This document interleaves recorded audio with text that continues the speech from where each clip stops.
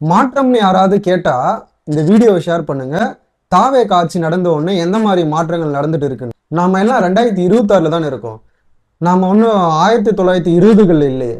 இன்னைக்கும் பல ஊர்களுக்கு சாலை வசதியே இல்லாம இருக்கு. நம்ம முதல்வர் விஜய் அவர்கள் எலெக்ஷனுக்கு முன்னாடி ஜனநாயகன் பட ஷூட்டிங்காக கொடைக்கானலுக்கு போயிருக்காரு. அங்க போகும்போது அந்த கிராமத்துல சாலையே இத்தனை வருஷமா இல்லைன்னு சொல்லி அந்த மக்கள் எல்லாமே விஜய் அவர்கள் கிட்ட கோரிக்கை வச்சிருக்காங்க. விஜய் அவர்களுமே நான் ஜெயிச்சதுக்கு அப்புறம் கண்டிப்பா உங்களுக்கான சாலை வசதிகளை ஏற்படுத்தி தருவோம்னு சொல்லியும் அவங்களுக்கு வாக்கு கொடுத்திருக்காரு.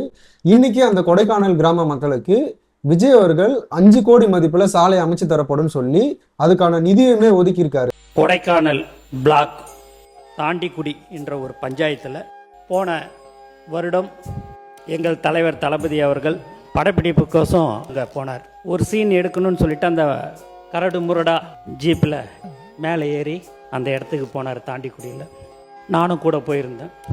ஆனால் கீழே வரும்போது அவர் 1 மணி நேரம் தனியாக நடந்து வந்தார். வந்த உடனே 15 வருஷமாக அந்த இடத்துல ரோடு வசதி இல்லை. நம்ம சொந்த செலவில் இந்த ரோடு ஒரு 254 பேர் தான் அங்கே வாழ்ந்து கொண்டு இருக்கிறார்கள். நம்ம சொந்த செலவில் போட்டுடலாமான்னு நம்மளை பேனர் வைக்கவே விடலை. நம்மளை எங்கே போய் இந்த ரோடு போடுறதுக்கு விடுவாங்க சார் அப்படின்னு. நம்மளுடைய ஆட்சி கண்டிப்பாக வந்துடும் சார், வந்த உடனே போட்டுடலாம் அப்படின்னு சொன்ன சிரிச்சார்.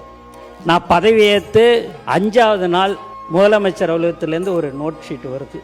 என்னான்னு பார்த்தீங்கன்னா அந்த தாண்டிக்குடியில் கிராமத்துக்கு ரோடு போடணும்னு சொல்லிட்டு போன வருஷம் மே மாதத்தில் சொன்னதை நினப்பு வச்சுக்கின்னு நான் அதை மறந்துட்டேன்.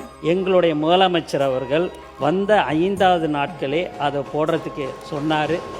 இன்றைக்கே சுமார் 5 கோடி ரூபாய் ஒதுக்கீடு செய்யப்பட்டு இன்று வேலை ஆரம்பிக்கப்பட்டிருக்கிறது என்பதை இந்த அவையில் நான் தெரிவித்துக் கொள்கிறேன்.